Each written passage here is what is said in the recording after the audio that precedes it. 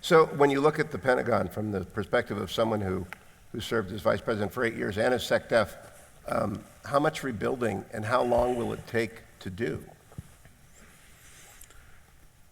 Building the the Pentagon, building that magnificent force that we've had in the past, is the work of years. One of the things I did right after Desert Storm, as soon as the war ended, that very day, I called former President Reagan, who was then retired, living in Beverly Hills, and got him on the phone and thanked him for all of that stuff he bought back in the early 80s that was available to us to use in the early 90s to defeat Saddam Hussein, and the Bradley infantry fighting vehicles and the Abrams tanks and the F-15 fighters. That magnificent force that had been trained and equipped on his watch is what we had to go to war with. And it was a magnificent force. It was one of the best things he did as president, and we were the beneficiaries of it.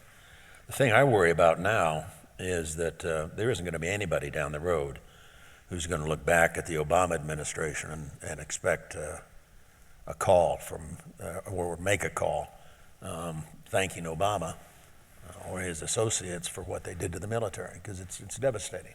It takes a long time to train a command master sergeant, to build and operate that equipment, train people to do what we do from the military standpoint.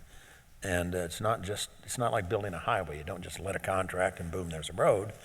You're dealing usually with new equipment, lots of times brand new technologies. You've got to keep that edge to stay in front of our potential adversaries. They haven't done it. The other problem we have is that as long as you're on top and people look and say, well, there's the United States, this is what they did in Desert Storm, ran a 4-day war and about a 6-week air war, and achieved remarkable results and only had 148 killed in action. And that stood for a lot as our adversaries around the world, whether it's the Russians or whoever it might be, looked at the United States. Today, what do they see when they look at the United States? Are we somebody who needs to be feared and respected? Or are we the guys who drew the line in the sand about chemical weapons in Syria and then backed off? They look at the Iranian deal as a classic example that our interests are not their interest, that we in fact have changed sides, we reversed course, we've turned our backs on many, many years of policy when we signed up with Iran. So it will take a long time to do it. We're talking about a period of years, and it will take some time to convince both our friends and our adversaries that we're going to do it.